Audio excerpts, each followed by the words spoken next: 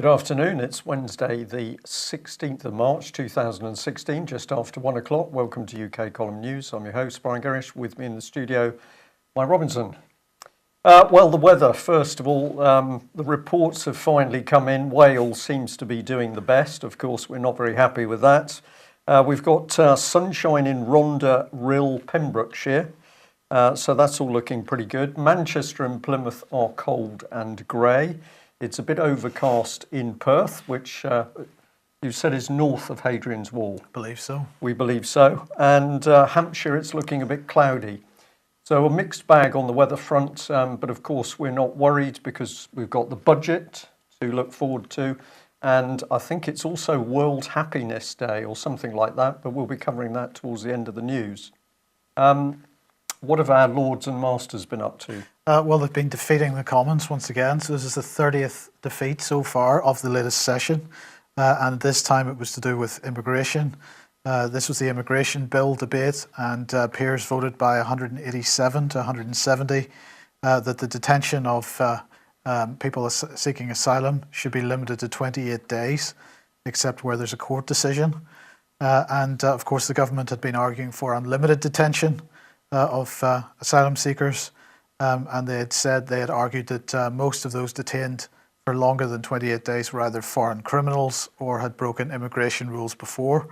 But the Lords didn't agree. And in fact, across party group of MPs didn't agree either. So that's a further defeat. Now, this is the second time that the government's been defeated by the Lords on this particular bill. They voted a week ago to allow asylum seekers the right to work if their claims weren't processed within 6 months. So I don't know what your thoughts are on that, but what it demonstrates from a constitutional point of view anyway, once again, is that the Lords, the reason that the government is so keen to push forward with House of Lords reform is because the unpopular stuff can't get through. Unpopular isn't really the right word. The silly stuff can't get through. Therefore they've got to be removed. But there's a bit of an irony there somewhere, Mike, because of course people are simply being put into prison, sometimes not going through a court procedure at all. So why they're suddenly concerned about detention of immigrants is interesting, isn't it? But we'll come on to some of that a bit later.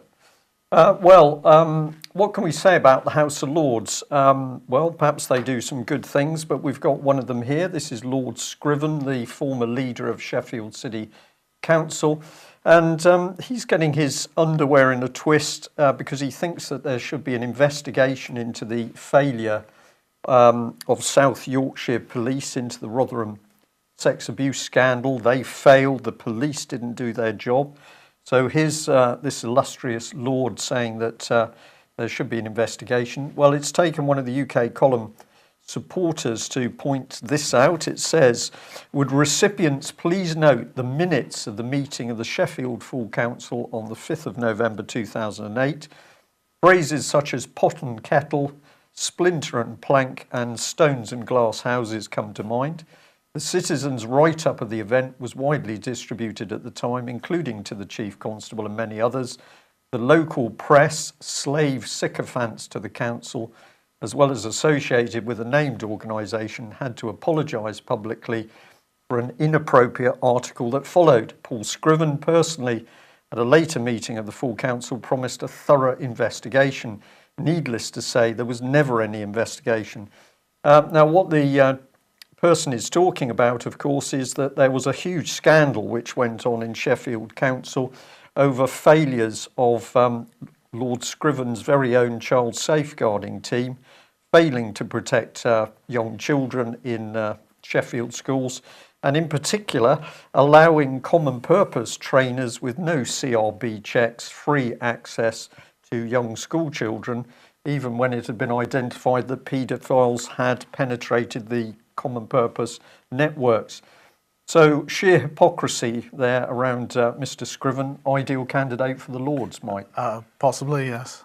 Well, let's bring in a proper upstanding person. Yeah, we've got the one eye of Theresa May in the corner there because, I just thought that was appropriate. But anyway, of course, the budget has begun. It's happening as we speak. unfortunately, we can't comment on too much of the specifics of what he's saying because he's still talking about it. But what he said at the beginning was Britain has a fantastically strong economy, great employment, reducing budget deficit, that he's aiming for stability first. He's aiming for long-term solutions to long-term problems, and he's putting the next generation first. So that's good stuff. He didn't say the next generation of what.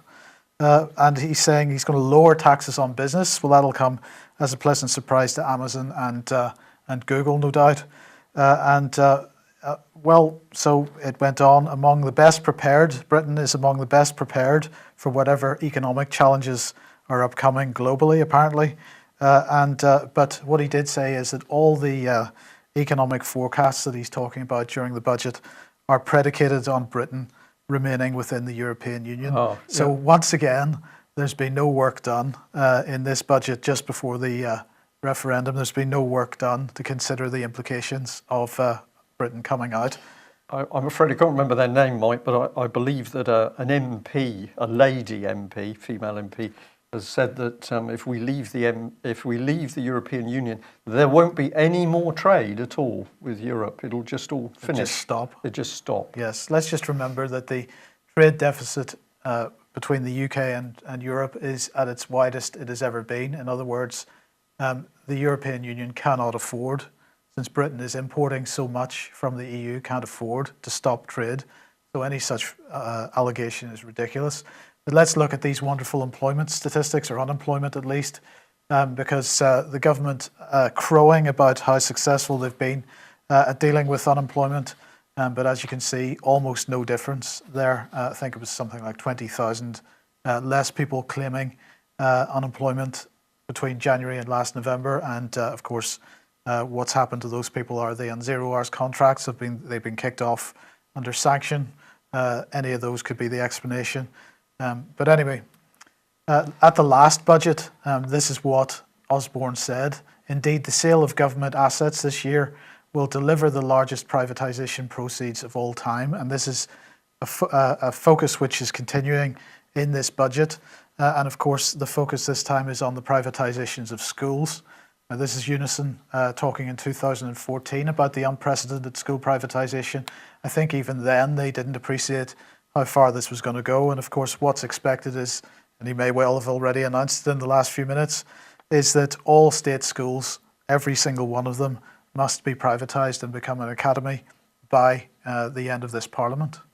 Well, we've got some other material on privatisation in the news today, but of course, this is just selling off the country under our very noses, isn't it? Absolutely. And I think I'm right in saying you still haven't managed to get to the bottom of the total value of public sector property that's been sold off. Well, the Treasury claims that it has no accounting for that. So there you go. Right, okay. If you want to know why schools, why there'd be so much enthusiasm for privatising schools, then this article in Schools Week from a couple of days ago, or yesterday in fact, highlights it really. Here are the salaries of the typical chief executive of an academy schools group. So you've got ARC schools in there, Reach 2. So it's not in salary order. It's in the order of the amount paid per school, depending on how many schools are in the academy group.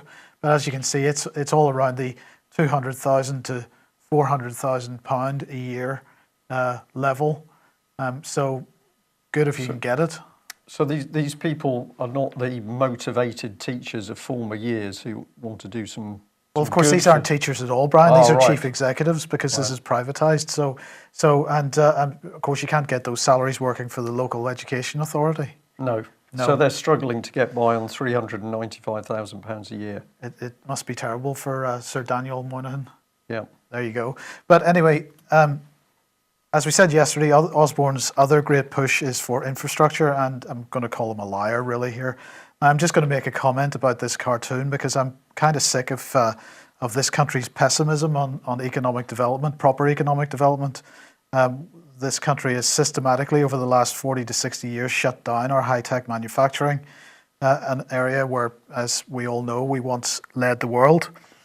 We've shut it down, and now we make fun of anyone who attempts to kickstart it again. Now, I'm not saying that Osborne is that man, of course, but this cartoon is as much about taking the mickey out of the idea of building a tunnel through the Pennines as it is about taking the mickey out of Osborne himself. Let's just remind ourselves something we pointed out yesterday. Osborne's not driving the infrastructure development of this country. He's selling it off as another part of the privatisation of everything. So the dark blue bands here are what the government's infrastructure plan requires is funded by the private sector. So that's not the government paying the private sector to build a railway or to build a tunnel. That is the private sector investing in British infrastructure, basic economic infrastructure, which is then held in private hands, and then other private organisations or small businesses then all have to pay to use that. And of course, Osborne's budget is doing nothing, as expected, to help with the global economy. Now, we've been highlighting the Baltic Dry Index quite a lot over the last few months as a representation of how the global economy, the real global economy, is doing. You'll see that the cost of this, of course, represents the cost of shipping dry bulk raw materials, and you'll see that it has risen a little bit at the end there. Now, this, of course, is being driven by China's demand for iron ore. It's not Britain's demand. Osborne, of course, has seen to that, and we've demolished our steel industry, so we don't have any demand for iron ore. But that's because China, of course, is doing some real economic infrastructure development, and the quantity of high-speed rail that China's building at the moment is only one part of what they're up to. Of course, in the meantime, we continue to denigrate what should be a flagship economic driver. So, the implication here is that the British can't even build a railway line that works. This has been going on for years, Mike. Dave Barnby talking to us the other day, talking about the cancellation of the British space programme with Black Arrow and Blue Streak, TSR2, Concorde. Any time that British technology has been at the forefront, it is squashed, undermined, or simply closed down. This has been going on for years. On the radio a day or two ago, they were crowing about the past achievements of previous chancellors at solving so-called deficit and cutting away most of the support for high-tech science and technology that we've got in this country and high-tech productive economy. But really representative of this is this graph, because this is not the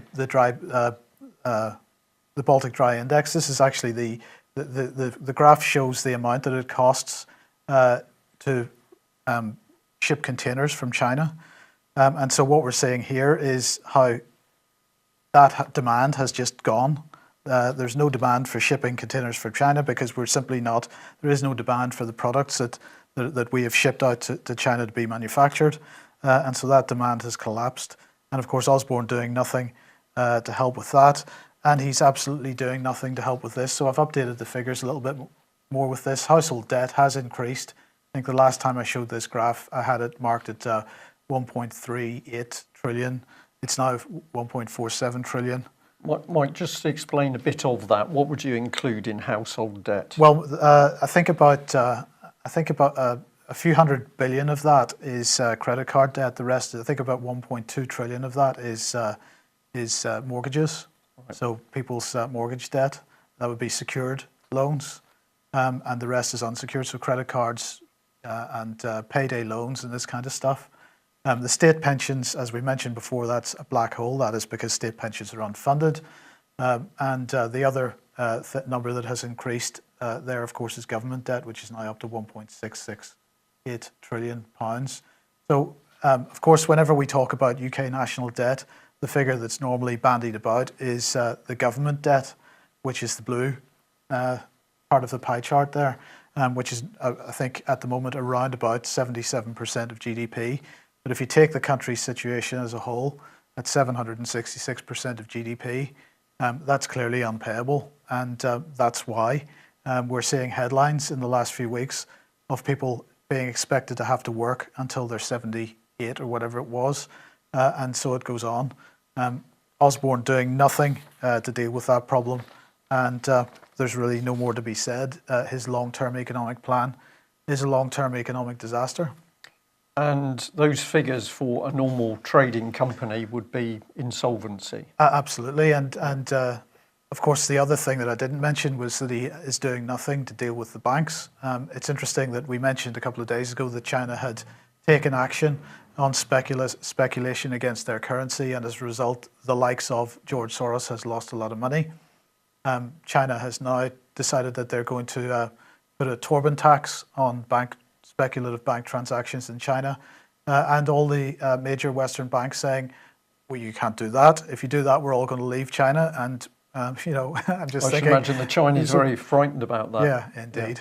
Yeah. Well, if we have a look at the impact of privatisation through the country, you may be surprised that we're going to start off here by going back into law. So this was part of the report we had on Guy Taylor's arrest. Guy Taylor, who has been uncovering massive fraud and corruption in the courts, and also he's been looking at the fraud of the mortgage industry. He was arrested 2 days ago and carted off to Aberystwyth. Thank you, Mike. So during that process, this document came up, which we did show on the screen yesterday, but we've done a little bit of work. So here we are. It's an internal document. It's circulating between the courts and custody staff, and it's also there dealing with the Police National Computer Database. But we've got links at civica.co.uk. I'll just highlight that so you can see where we're talking. Well, who is this? Who is this organisation that's now embedded in the court system? Well, here we are, and we've got Civica links, and this is part of their sales media material, which is talking about the auditing of the Police National Computer System and why we should trust this company, which does make a bit of profit, Mike, but trust them because they are there to look after our best interests. Well, they're everywhere to look after our best interests because if you look at their own material, they're not only involved in the police, they're into fire services, they're into the public sector, and they're now also having a look at how various individuals can use GPS tracking in order to improve the way they work. It was interesting that Guy said that once the wagon got to Aberystwyth, they were lost in the traffic because the G4S men couldn't actually find the court. So presumably this is what they're talking about, that people can't find their way around cities anymore, so they need Civica's GPS material. Well, who are these people? Thank you very much to the ladies that started off this wonderful research. Here's part of the list of directors and company secretaries. Now, this is only for Civica UK Limited. There is a there's a group part to it as well. You can see a whole load of names here. We're not saying these people have done anything wrong. All we're simply pointing out is who are these individuals that they are now being trusted with very, very sensitive court and personal data. What are their interests? Where are their allegiances? And who voted for them to make money out of our private information? Well, we might like to have a look at this man because this brings us into the directors of Civica Group. And as I say, we're not saying anybody's done anything wrong. We're just pointing out, here's Mr. Stoddard. Apparently he's big on hockey. We've no idea who he is and really no idea how this group of individuals could start to get fairly big public sector contracts. A little meeting with George Osborne, maybe. Perhaps. Well, Civica, who is it? Well, if you get deeper into it, you find something interesting because you find that this is now owned by OMERS. And you're wondering who that is, of course. Well, this is where it gets really fascinating because this is the Ontario Municipal Employees Retirement System. So this is a giant pension fund which is looking after public sector employees through the state of Ontario. And they've been particularly interested in what our very own Mark Carney has had to say. So this is the National Observer reporting that Canadian pension funds are going in the wrong direction because they've got a lot of high carbon material, and of course everything's going green according to Mr. Carney.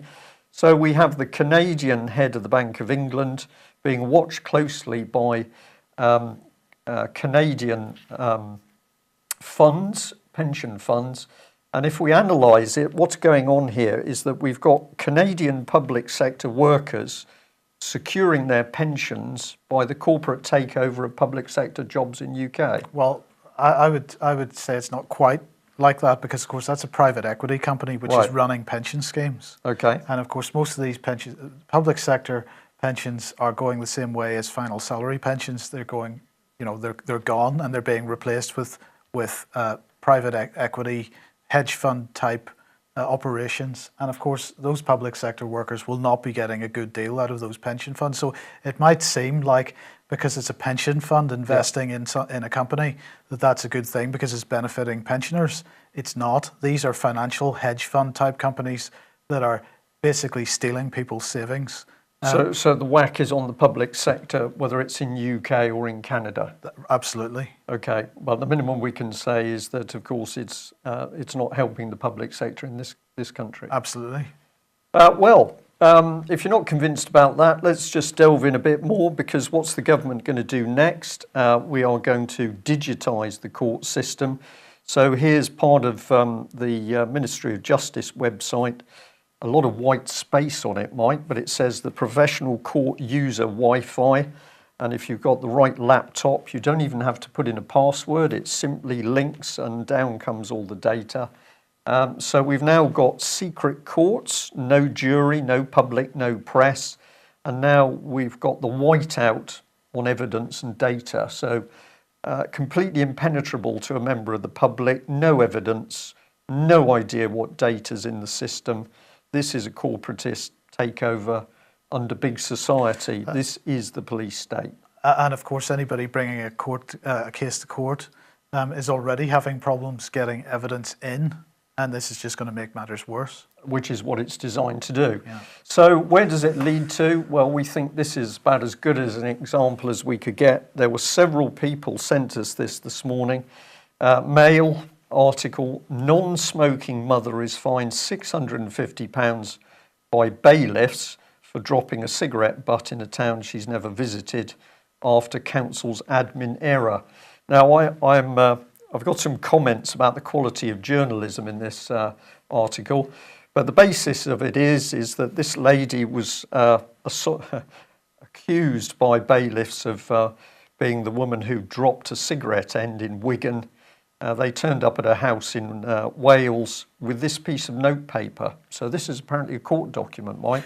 Well, it looks like it has about as much value as the average court document. No stamp, no signature, although it has got a date on it. Yeah, that's true.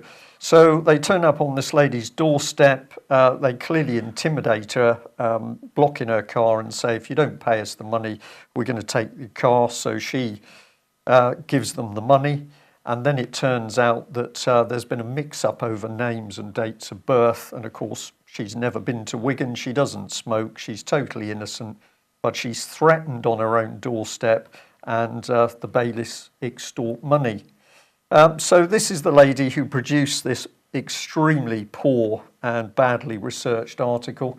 I found it interesting that she says that she's a journalist, formerly a crime reporter, but she's not very good at identifying crime under her nose. So these are the points we think she should have been asking. What right at common law does Wigan Council have to issue fines? Who decided that a £650 fine was justified for a cigarette butt? How were court bailiffs, if that indeed is what they were, how were they able to extort money with menaces using a piece of paper? What police action will be taken to investigate these serious breaches of the law? If human error in the court system caused the incident, which is what the article said, who was the human being responsible? And was the error caused by the new electronic justice system? So this is a pretty outrageous case, Mike, and it shows just how dangerous we've got court systems out of control, sending thug bailiffs with scraps of paper to extort money with the threat of violence. Absolutely. Is what it's about. Well, probably that leads nicely into we should all relax because the child and sexual abuse investigation is going really well.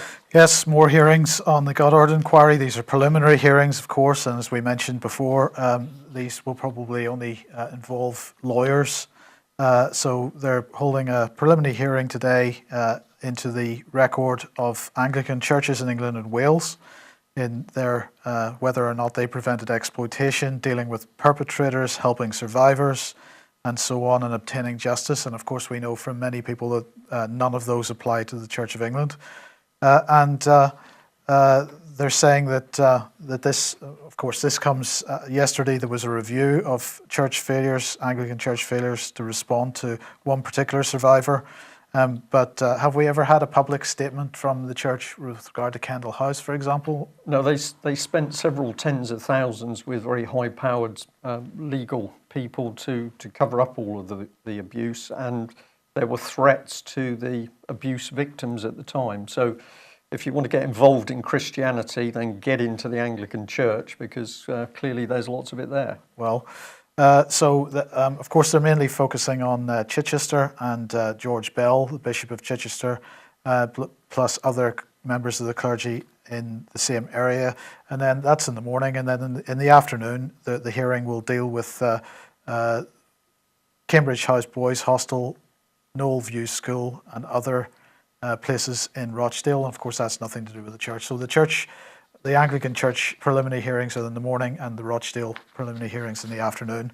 But we can all rest in our beds knowing that Ms. Goddard is doing a good job. Safe pair of hands. And as somebody said in the chat box, I thought she'd gone home to New Zealand. It had all gone so quiet.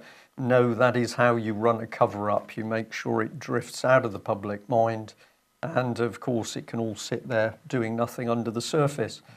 Melanie Shaw, key whistleblower for the abuse in the Midlands around Beechwood House, has been trying to speak to the Goddard inquiry. They don't actually want to speak to Melanie Shaw. I can't imagine why. Well, let's take a look north of the border, come in at a different angle, because, of course, we've got an interesting situation in Scotland with one police force linked to the judiciary and the single party, SNP. So the Sun decided to do some proper investigative journalism, and it's around this gentleman, Peter Watson, formerly of Levy-McRae Solicitors. Good friend of ours, Brian. Good friend of ours. Got very unhappy when UK Column published the very first Holly Gregg abuse article. But he's in sticky waters at the moment because his former company, Levy-McRae Solicitors, were implicated in the Heather Capital hedge fund fraud. And according to this Sun article, a mere 28 million had sort of disappeared through the company a little bit. And Peter Watson was one of the main men. But let's have a look at what Police Scotland say, because they've paid this gentleman a mere £187,000 over the last few months. So the police said these payments relate to the scheme where officers can seek assistance in meeting reasonable legal expenses and costs in certain types of litigation arising over their role. Police Scotland has no say in which legal representation officers choose to instruct. Officers will usually be supported by their staff associations in selecting the lawyers who act for them. But it's a funny old thing because the Levy-McRae law firm was specifically acting for police federations north of the border. So according to the Chief Constable, there's nothing wrong, nothing to see, even though later this month this gentleman is going to be in court on massive fraud charges. Well, how did it pan out? This was some of the original reporting on Heather Capital fraud. This was Wall Street Journal pointing the spotlight on Geoffrey King, the main director, but it also said that one of Mr. King's funds hired as a director Peter Watson, a high-profile Scottish lawyer, part-time judge, who has been on a committee debating press regulation. So that's a very interesting mixture. Mr. Watson didn't respond to requests for comment at the time. Well, just to make sure we know what we're dealing with here, We remember the death in custody north of the border of Sheku Bayu. Custody death officers didn't want to speak, then they did, then they didn't, then they agreed to give statements. But earlier, this was a few weeks ago now, as it says here, earlier this week, formally, a Scottish Police Federation lawyer said Mr. Bayou's family had promoted a completely inaccurate and misleading account of the initial incident and what followed. Nothing to do with the police, it was that nasty family. And who was the lawyer who put out this statement? Well, here he is. It's none other than Peter Watson. Also acted for Dame Eilish Angelini, of course. So this is the gentleman who's due to appear in court in relation to that 400 million case a little bit later this month. And how does that bring in Theresa May? Well, we showed this some time ago, but of course Theresa May had appointed Eilish Angelini to lead a review of deaths in police custody. It seems an ideal person to do the job. Eilish Angelini was using, of course, Mr. Peter Watson, who was helping the Scottish police cover up a death in police custody. Some mistake, surely, as the well-known person would say. But Peter Watson also acting for Eilish Angelini, trying to close down Robert Greene from exposing child abuse. And also, he's had a bit of a go at the UK column. So I'm feeling some concern and sympathy for him at the moment. And here he is, Peter Watson, suspended over, that should be Heather Capital collapse and fraud case. Well, what did Theresa May say? She said, of course, Dame Eilish had all the qualities necessary to head the important review. Of course she does. Yeah. And just so that the top people are mentioned, otherwise it would probably be unfair, let's bring in Alex Salmond and Lord Advocate Frank Mulholland. Now, some of these names have changed in position. For example, Kenny McCaskill and the head of Police Scotland have moved on. But we just had to point out that if you look who is in the middle of this mix of people, it's none other than Mr. Watson himself. And I think we can rest assured that north of the border, everything is above board, Mike. Always. Whereas most of the world's horror is being carried out by President Putin, I think. Yes. Well, the Western hysteria over Putin's withdrawal from Syria has reached fever pitch. Couple of media articles, all the media articles questioning what is he up to. They're trying to work out what he's doing. None of them has a clue. They don't understand the man, and they're absolutely gobsmacked, it seems, by the fact that he has committed to continue the fight against ISIS and Al-Qaeda. They're tame terrorists, despite the fact that he's withdrawn from Syria. But the prize for sheer crassness must go to this man, Philip Hammond, our Foreign Secretary, who declared in Parliament yesterday that Putin is equivalent to a wife-beater. So what he said was, if somebody who has gone into another country, bombed civilian populations and destroyed hospitals and schools, then decides 5 months later that they've done enough, let us not give them too much praise. It's a bit like that question, did he stop beating the wife? Well, what he said applies, I think, to Blair, Brown and David Cameron, doesn't it? And Obama. And Obama. So, I mean, the hypocrisy here is palpable, never mind. So, anyway, we're lost for words. We are absolutely lost for words. We just apologise for people watching UK column from overseas. We would like to apologise that what the British government is doing is nothing to do with the British people. We understand that at the moment we've got a genocide machine running the country. Well, Alex Thompson, our own Alex Thompson, wasn't prepared to take this lying down, so he has written to Mr. Hammond. Here is the email, and this is what he said. Dear Foreign Secretary, I refer to yesterday's Hansard, column 801, where you told the House of Commons, and we've just read the quote. He says, Sir, what on earth are you playing at? I was a former Soviet Union analyst at GCHQ in 2001 to 2009 under Cook, Straw, Beckett and Miliband, and saw every day how the Russians responded to pronouncements by the Secretary of State for Foreign and Commonwealth Affairs. Despite the extreme diplomatic gaucheness of all these bar Straw, and despite the considerable tensions that we had with Russia in that period, none of these predecessors of yours of yours, and I'm no Labour man, would have dreamed of equating the president of the Russian Federation with a wife beater in any conceivable syllogism. You are surely aware of how this insinuation will be reported in the Russian media, are you not? And he says, for the love of God and country, will you please consult your experts in what is left of the Eastern Research Group at the Foreign Commonwealth Office before choosing your turns of phrase to use about the head of state of such a large and patriotic people as the Russians. Yours sincerely, Alex Thompson. Well, we wanted to highlight that, of course, because we want to encourage others to be a bit more vociferous about their views of this type of crassness.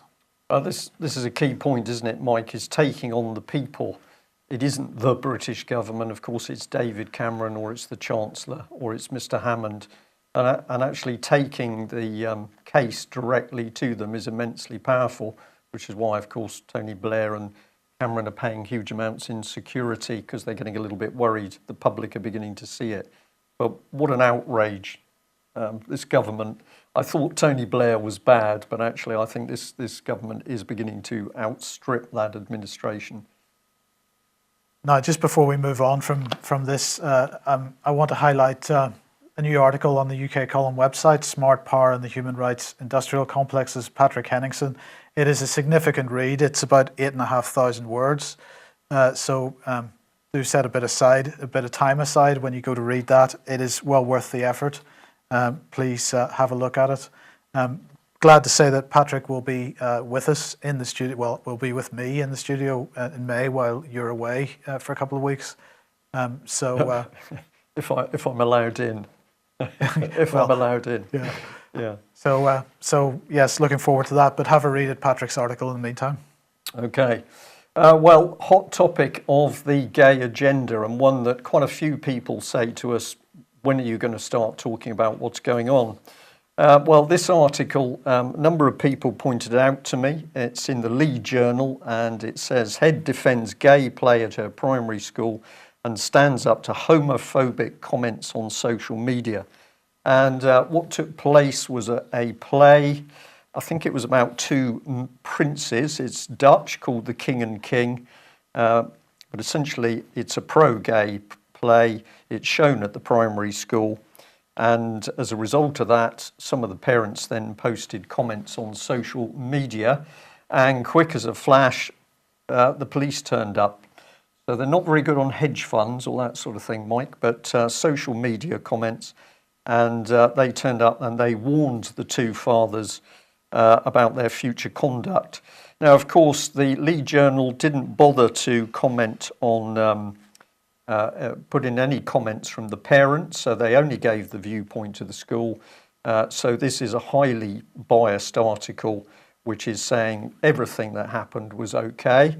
So I'm just going to highlight that so the Lead Journal doesn't carry any comment from the parents at all. Their criticisms are just not worth anything. Now, this is the heart of it, because the gay agenda itself is being used to help drive the state control of children. And I'll put this across as my personal opinion, and therefore there's no misunderstanding. You use the gay agenda in order to attack the family unit as it stands, to destabilise it. The next part of that agenda, of course, is the named person scheme, which we're now seeing being rammed in north of the border, where it doesn't matter what your sexual preferences are as a parent, the state is going to take your children anyway. So I'm going to drop a rock in the pond on this one, Mike, and say people need to start really understanding what's going on. Just as the state promoted all matters to do with disability and disabled people, to the extent some businesses couldn't move for the fact they had to adhere to the disabled regulation. In fact, the disabled people were to be used to destabilise parts of society. And that is why the Tory party are now saying, well, more or less, you're useless eaters, we're going to cut the budget away. So what happened was that they were built up and built up and built up to become a campaign organisation, not realising that they were being used for another purpose. Absolutely. And as soon as the purpose was done and dusted, suddenly their funding is cut, and funding that they have come to rely on in the last 10 years ago is gone. years or so is gone, and now they're really starting to suffer. And your point here is that they're going to be doing the same with the gay agenda. Yeah. The state will turn on the gay agenda. The state will turn on the Masonic movement. The state will turn on anything which is not the permitted state line and agenda. And we clearly see that the line with children is that they are to be the property of the state. So we'll see what this analysis does. That is my personal analysis, and I'm going to say I don't think I'm far off the mark of this one. So be very careful before you jump on some of the bandwagons as to where it's really going. But we shouldn't be too unhappy, Mike. Is that right? No, we've got the New World Happiness Report. It's interesting when you look at the language of the overview here. They're basically telling us what this is about. So it says that the World Happiness Report is a landmark survey of the state of global happiness. The state of global happiness. There you go. Leading experts across fields, economics, psychology, survey analysis, national statistics, health, public policy, and more, describe how measurements of well-being can be used effectively to assess the progress of nations. It says the reports review the state of happiness in the world today and show how the new science of happiness explains personal and national variations in happiness. They reflect a new worldwide demand for more attention to happiness as a criteria for government policy. Wow. Right? So what they're admitting is that they're developing a new science of happiness so that they can assess how far they can push these various agendas that we're talking about and still keep people happy. And that's what this is about. So what are they actually talking about? In the main report, they're talking about the distribution of world happiness. This year, we consider the geographic distribution of life evaluations among countries, while extending our analysis to consider in more detail the inequality of happiness, how life evaluations are distributed among individuals within countries and geographic regions. They're talking about promoting secular ethics. So that promoting secular ethics, you're not allowed to have religious ethics if you're a religious person.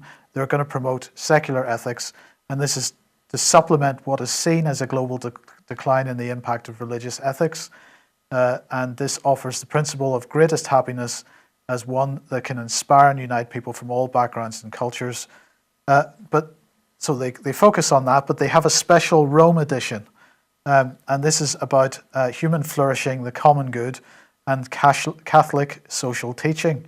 And the paper, the special Rome edition, which is an addendum, makes three claims. First, that human beings are oriented towards notion of happiness tied to the common good. Second, that post-Enlightenment political and economic developments have stripped the common good of all substantive content. And third, by restoring the centrality of the common good, Catholic social teaching offers a coherent framework for human flourishing. So I can't work out quite where they're going with that. They don't seem to know whether they're secular or whether they're religious, but anyway, that's just by the by. And then the key, this is one of the key parts of it, because one of the key chapters on this is happiness and sustainable development. So here they're looking at the sustainable development agenda, and they're looking at how, as they push that sustainable development agenda through, what effect that's having on people's happiness. And they say the year 2015 was a watershed for humanity, and with the adoption of the Sustainable Development Goals by heads of state at a special summit of the United Nations in September 2015, many countries in recent years have achieved economic growth at the cost of sharply rising inequality, entrenched social exclusion, and grave damage to the natural environment. The SDGs are designed to help countries to achieve more balanced approach, leading to higher levels of well-being for present and future generations. So there you go. So a bit of nudging that the UN Sustainable Development Goals are going to make us happier. That's the nudge, isn't it? They certainly want to make sure that they implement them in such a way that they can maximize our happiness. Okay, I'm going to say I think when they say happiness, what they're really doing is measuring how unhappy we are. And thank you very much for the person who pointed me through to the Camden New Journal. Now, I've got to admit, they were pointing at a specific article for Camden New Journal. But the moment I opened this web page, my eyes focused on anxious, stressed, depressed. and there is the NHS advert, and it says, don't worry, you can get online therapy. So I followed the link through, and what did it lead me to? Well, it's another private company providing services for the NHS, so this is backdoor privatisation. And if we have a look at who's behind it, massive global corporations, pharmaceutical companies now want you to log on to have a little private chat over the internet, all recorded, whether they're going to use cognitive behavioural therapy and other such psychotherapy to make you happy, basically, Mike. And if you have a look at some of the names on the board, you'll find that these are people involved in big money, big corporations, and this is all part of Cameron's vicious backdoor privatisation of the press. Of the Sorry, Freudian slip there, of the NHS. Well, if you're feeling a bit depressed, what we've just covered is certainly not nonsense. Many people in the chat box are saying this is rubbish, this is not nonsense, this is very dangerous policy coming in. People are dying as a result of this policy, so I don't agree it's rubbish. But if we can leave you with a happy thought, it's rope is cheap. The price of rope is relatively cheap in comparison to the quality of the product. I'll leave you to think about that. And another happy note is that tonight is our meeting at the George. yes. So if you haven't been to one of the UK Columns Plymouth meetings and you can travel or you're local, please do come along, and we do enjoy ourselves and of course discuss some of the hot topics going on at the moment. Anything else? Nope. That's it. Thank you very much for joining UK Column News. We'll be back at the same time tomorrow. Bye-bye. Bye-bye.